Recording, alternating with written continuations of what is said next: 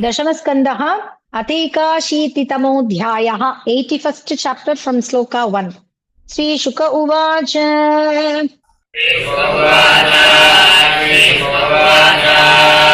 स इत्थं द्विजमुख्येन सह सङ्कथयन् हरिः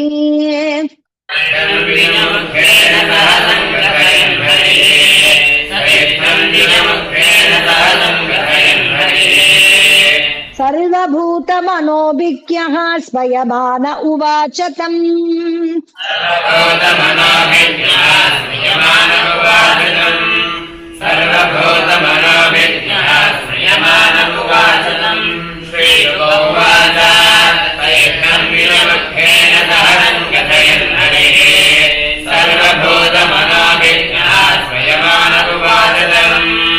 ब्रह्मण्यो ब्राह्मणं कृष्णो भगवान् प्रहसन् प्रियम्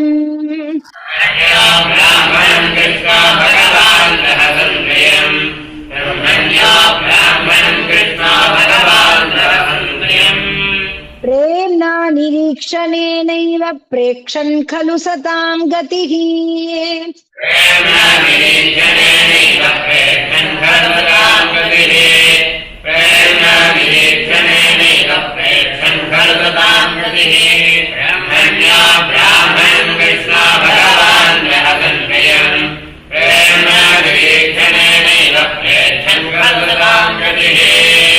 श्रीभगवानुवाच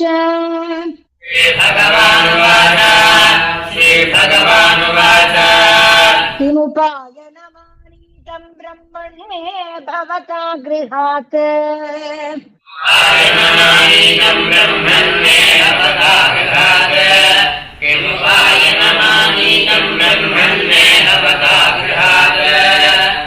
अन्वपि उपाहृतं भक्तैः प्रेम्णा भूर्येव मे भवेत्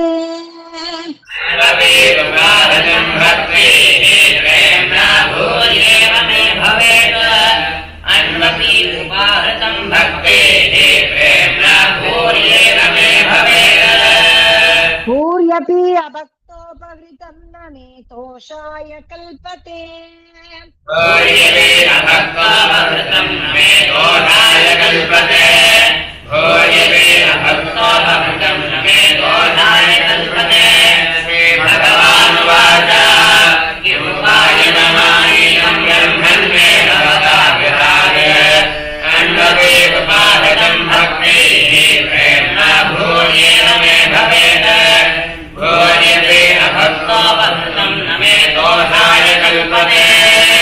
पत्रं पुष्पं फलं तोयं यो मे भक्त्या प्रयच्छति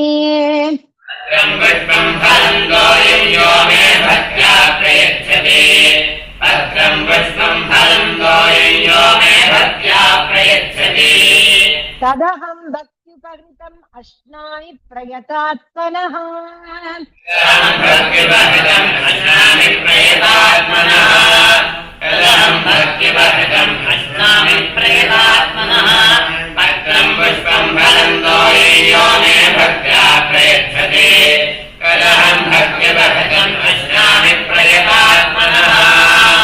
इत्युक्तोऽपि द्विजस्तस्मै व्रीडितः पतये श्रियः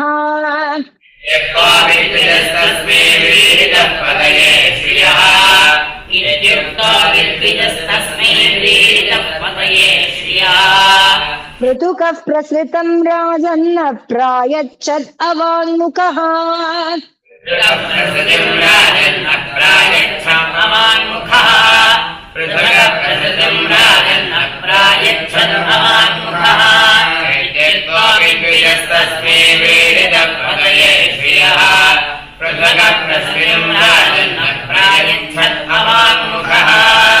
सर्वभूतात्मदृक्साक्षात् तस्यागमन कारणम्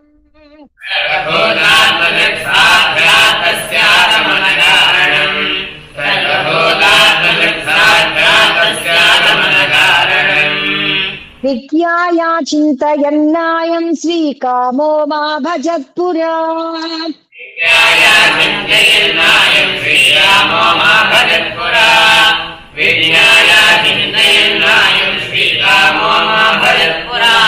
सर्वभूतात्मदृक्साक्षात्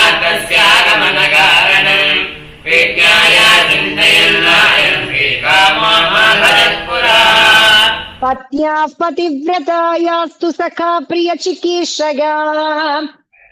पतिव्रतायास्तु सखा प्रियचिकीर्षया पतिव्रतायास्तु सखा प्रियचिकीर्षया प्राप्तो मामस्य दास्यामि सम्पदो मत्यदुर्लभाः प्राप्तो मामस्य दास्यामि सम्पदो मत्यदुर्लभाः प्राप्तो मामस्य दास्यामि सम्पदो मत्यदुर्लभाः पत्न्याः पतिव्रतायास्तु सखा प्रियचिकीर्षया प्राप्तो मामस्य दास्यामि सम्पदो मत्यदुर्लभाः इत्थं विचिन्त्य वसनात् क्षीरबद्धान् द्विजन्मनः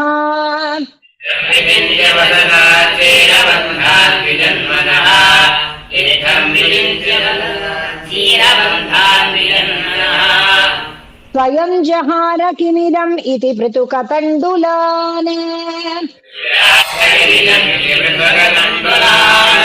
स्वयं जहार किमिदम् इति पृथुकतण्डुलान्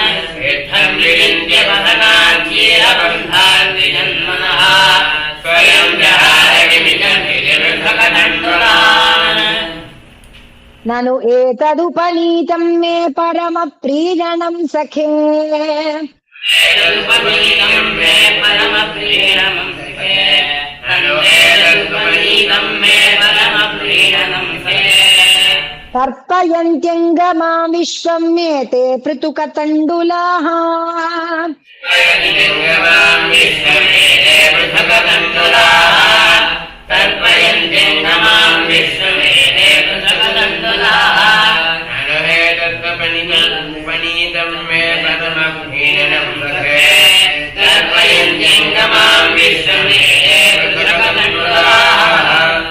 इति मुष्टिं सकृज्जग्ध्वा द्वितीयां जग्धुमाददे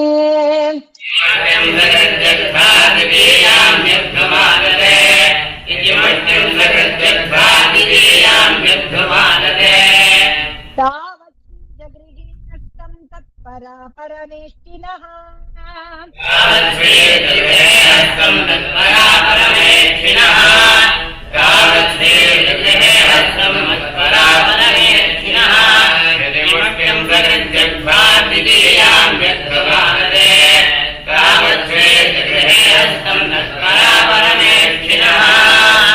एतावतालं विश्वात्मन् सर्वसम्पत्समृद्धये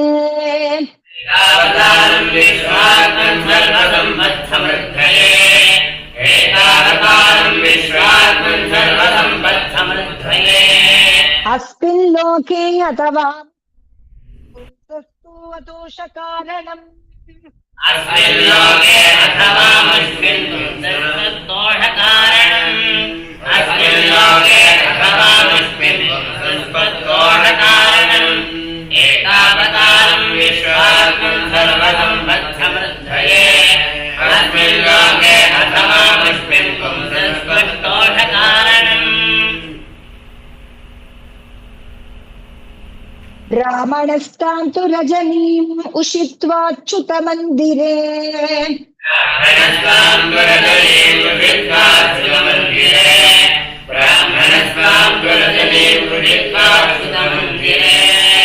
भुक्त्वा पीत्वा सुखं मेने आत्मानं स्वर्गतं यथा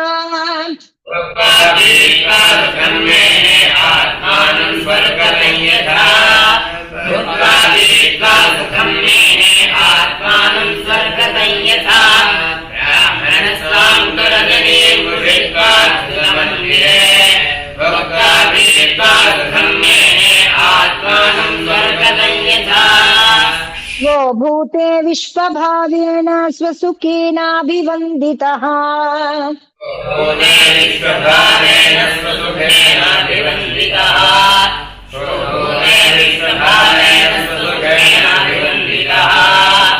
जगावस्वालयं तात पत्यनुव्रज्य नन्दितः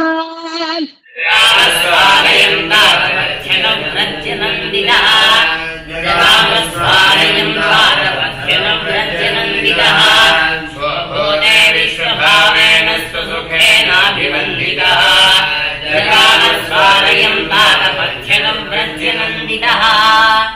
स च लब्ध्वा धनं कृष्णात् न तु याचितवान् स्वयम् तथा लब्ध्वा धनं कृष्णात् न याचितवान् स्वयम् तथा लब्ध्वा धनं कृष्णात् न याचितवान् स्वयम् स्वगृहां क्रीडितो गच्छन् महद्दर्शन निर्विजः गृहान् क्रीडितो गच्छन् महद्दर्शननिर्वृतः स्वगृहान् क्रीडितो गच्छन् महद्दर्शननिर्वृतः तथा लब्ध्वा धनं कृष्णात् न याचितवान् स्वयम् स्वगृहान् क्रीडितो गच्छन् महद्दर्शननिर्वृतः अहो ब्रह्मण्यदेवस्य दृष्टा ब्रह्मण्यता मया ब्रह्मण्यदेवस्य दृष्टा ब्रह्मण्यता मया ब्रह्मण्यदेवस्य दृष्टा ब्रह्मण्यता मया यद्दरिद्रतमो लक्ष्मीमाकृष्टो बिभ्रतो रसि लक्ष्मीमाकृष्टो बिभ्रतो रसि यद्दरिद्रतमो लक्ष्मीमाकृष्टो बिभ्रतो रसि ब्रह्मण्यदेवस्य दृष्टा ब्रह्मण्यता मया यद्दरिद्रतमो लक्ष्मीमाकृष्टो बिभ्रतो रसि त्वाहं दरिद्रः पापीयान् क्व कृष्णः श्रीनिकेतनः अहं दरिद्रः पापीयान् क्व कृष्णः श्रीनिकेतनः अहं दरिद्रः पापीयान् क्व कृष्णः श्रीनिकेतनः ब्रह्मबन्धुरिति स्माहं बाहुभ्यां परिरम्भितः ब्रह्मबन्धुरिति स्माहं बाहुभ्यां परिरम्भितः ब्रह्मबन्धुरिति स्माहं बाहुभ्यां परिरम्भितः वाहं दरिद्रः पापीयान् क्व कृष्णः श्रीनिकेतनः ब्रह्मबन्धुरिति स्माहं बाहुभ्यां परिरम्भितः निवासितः प्रिया जुष्टे पर्यङ्के भ्रातरो यथा प्रिया जुष्टे पर्यङ्के भ्रातरो यथा निवासितप्रिया जुष्टे पर्यङ्के भ्रातरो यथा महिष्या वीचितः श्रान्तः वालव्यजनहस्तया महिष्यावीरितश्रान्तः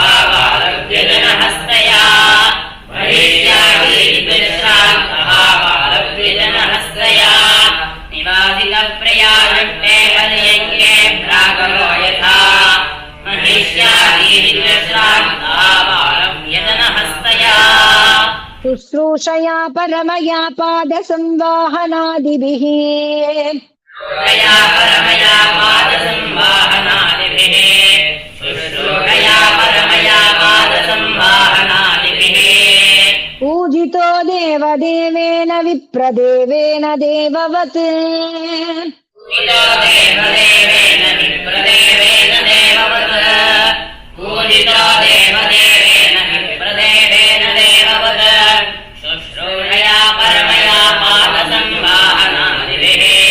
पूजितो देवदेवेन विप्रदेवेन देववत् स्वर्गापवर्गयोः पुंसां रसायां भुवि सम्पदा स्वर्गापवर्गयोः पुंसां रसायां भुवि सम्पदा स्वर्गापवर्गयोः पुंसां रसायां भुवि सम्पदा सर्वासामपि सिद्धीनामूलं तच्चरणार्चनम् सर्वासामपि सिद्धीनां मूलं तच्चरणार्चनम् सर्वासामपि सिद्धीनां मूलं तच्चरणार्चनम् स्वर्गापवर्गयोः पुंसां रसायां भुवि सम्पदा सर्वासामपि सिद्धीनां मूलं तच्चरणार्चनम् अधनोऽयं धनं प्राप्य माध्यन्नुच्चैर्नमां स्मरेत् अनायं धनं प्राप्य माध्यन्नुच्चैर्नमां स्मरेत् अनायं धनं प्राप्य माध्यन्नुच्चैर्नमां स्मरेत् इति कारिणिको नूनं धनं मे भूरिदा ददात् कारुणिको नूनं धनं मे भूरिदा ददात्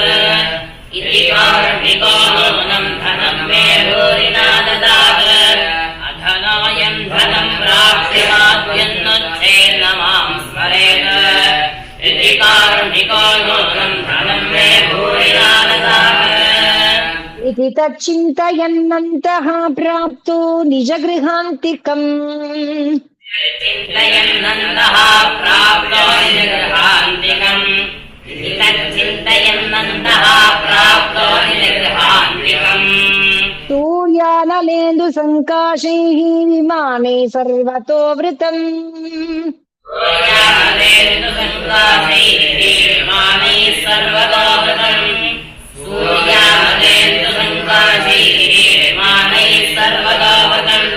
इति तच्चिन्तयन्नन्तः प्राप्तो निजगृहान्तिकम् सूर्यानलेन्दुसङ्काशैः विमानैः सर्वतोवतम् विचित्रोपवनोद्यानैः कूचद्विजकुलाकुलैः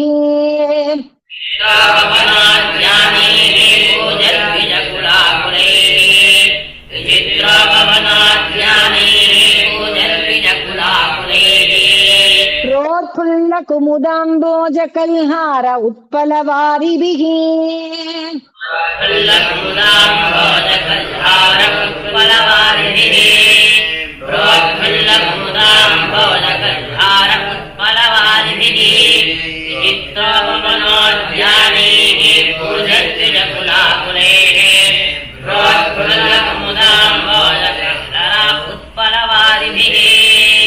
हृष्टं स्वलङ्कृतैः पुंभिः स्त्रीभिश्च हरिणाक्षिभिः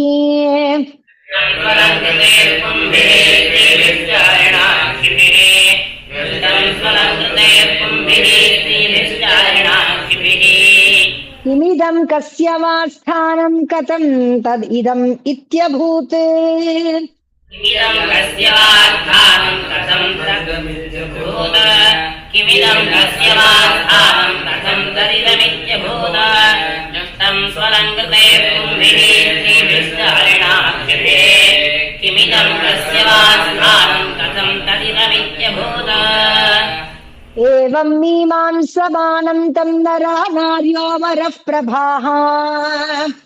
एवं समानन्दं नरानार्यामरप्रभाः एवं मीमांसमानन्दं नरानार्यामरप्रभाः प्रत्यगृह्णन् महाभागं गीतवाद्येन भूयसा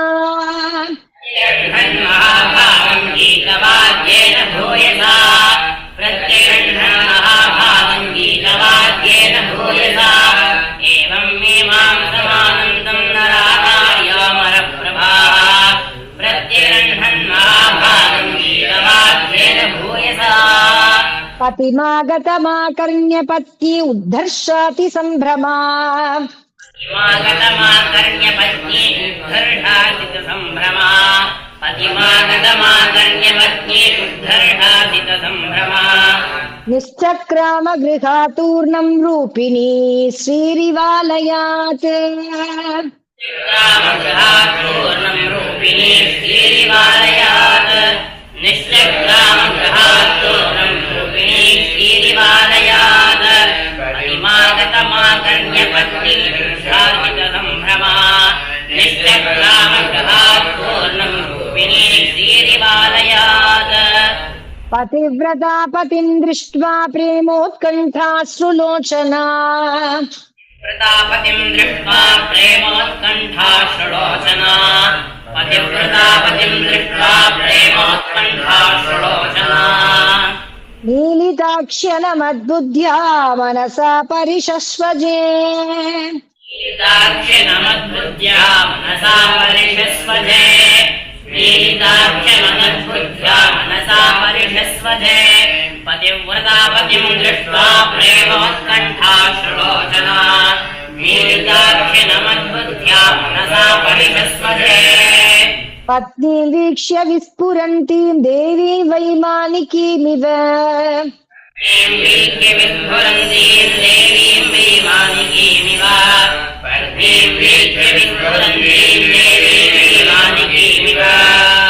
दासीनां निष्ककण्ठीनां मध्ये भान्तिं सविस्मितः दासीनां निष्ककण्ठीनां मध्ये भान्तिं सविस्मितः दासीनां निष्ककण्ठीनां मध्ये भान्तिं सविस्मितः पत्नीं वीक्ष्य विस्फुरन्तीं देवीं वैमानिकीमिव दासीनां निष्ककण्ठीनां मध्ये भान्तिं च विस्मितः प्रीतस्वयं तया युक्तः प्रविष्टो निजमन्दिरम् स्वयं तया युक्तः प्रविष्टो निजमन्दिरम् प्रीतस्वयं तया युक्तः प्रविष्टो निजमन्दिरम् मणिस्तम्भशतोपेतं महेन्द्र भवनं यथा मणिस्तम्भशतोपेतं महेन्द्र भवनं यथा मणिस्तम्भशतोपेतं महेन्द्र भवनं यथा प्रीतस्वयं तया युक्तः प्रविष्टो निजमन्दिरम् मणिस्तम्भशतोपेतं महेन्द्र भवनं यथा पयःपेन निभाषय्यादान्ता रुक्पपरिच्छदाः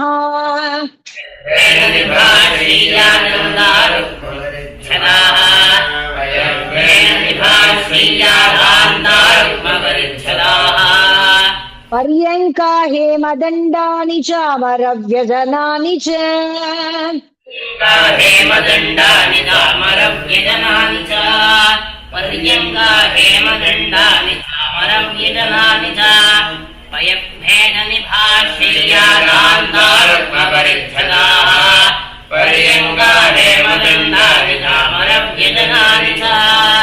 आसनानि च हैमानि मृदुपस्तरणानि च आसनानि च हैमानि मृदुपस्तरणानि च आसनानि च हैमानि मृदुपस्तरणानि च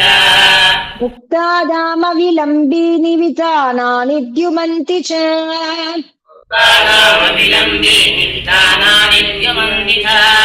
मुक्तानामविलम्बीनि वितानानि द्युमन्ति च